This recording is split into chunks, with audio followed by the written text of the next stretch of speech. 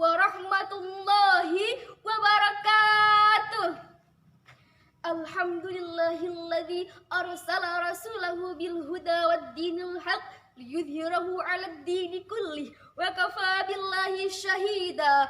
Qala Allah ta'ala fi kitabihil karim, a'udzu billahi samii'il 'alim minasy syaithanir rajim. Bismillahirrahmanirrahim.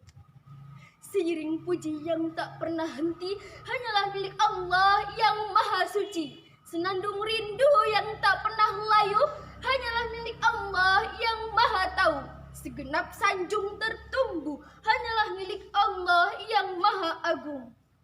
Salawat dan salam marilah kita sanjung agungkan kepada mahkota alam, pelipur lara di kala duka, pengobat kalbu di kala rindu, penerang hati di kala tersakiti, yakni Habibana wa Nabiyana wa Rasulana Muhammad sallallahu alaihi wasallam.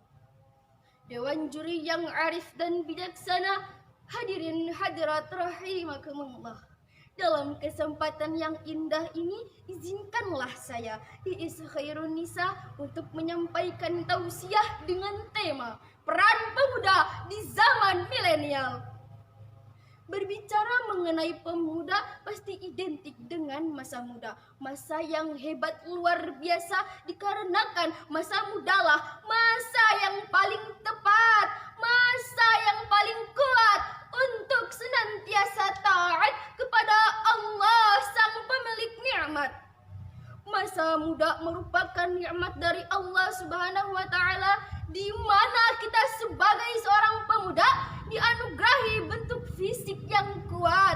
Mata dapat melihat dengan tepat, tangan masih bisa mengangkat benda yang berat, kaki masih bisa berlari dengan cepat, wajah tampan atau cantik memikat.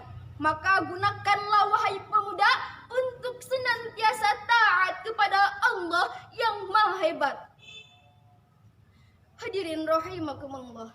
Namun justru sangat menyedihkan, memalukan, bahkan memilukan.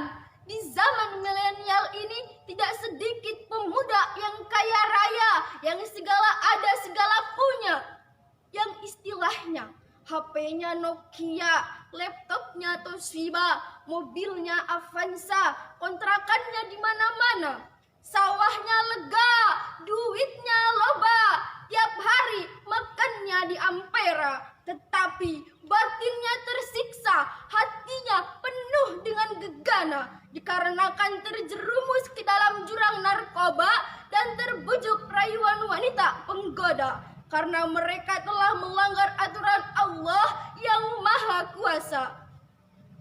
Padahal Syekh Mustafa Al-Ghulayani, salah seorang penjaga Mesir, menyebutkan dalam syairnya, inna fiyati syubbani amrul ummati akdamiha hayataha.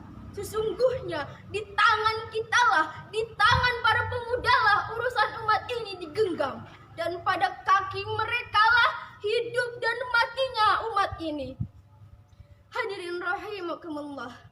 Kemudian pasti timbul banyak pertanyaan dalam hati kita, bagaimana kita sebagai seorang pemuda yang merupakan harapan bangsa, juga harapan mertua, dalam menghadapi dampak negatif dari era globalisasi di zaman milenial ini.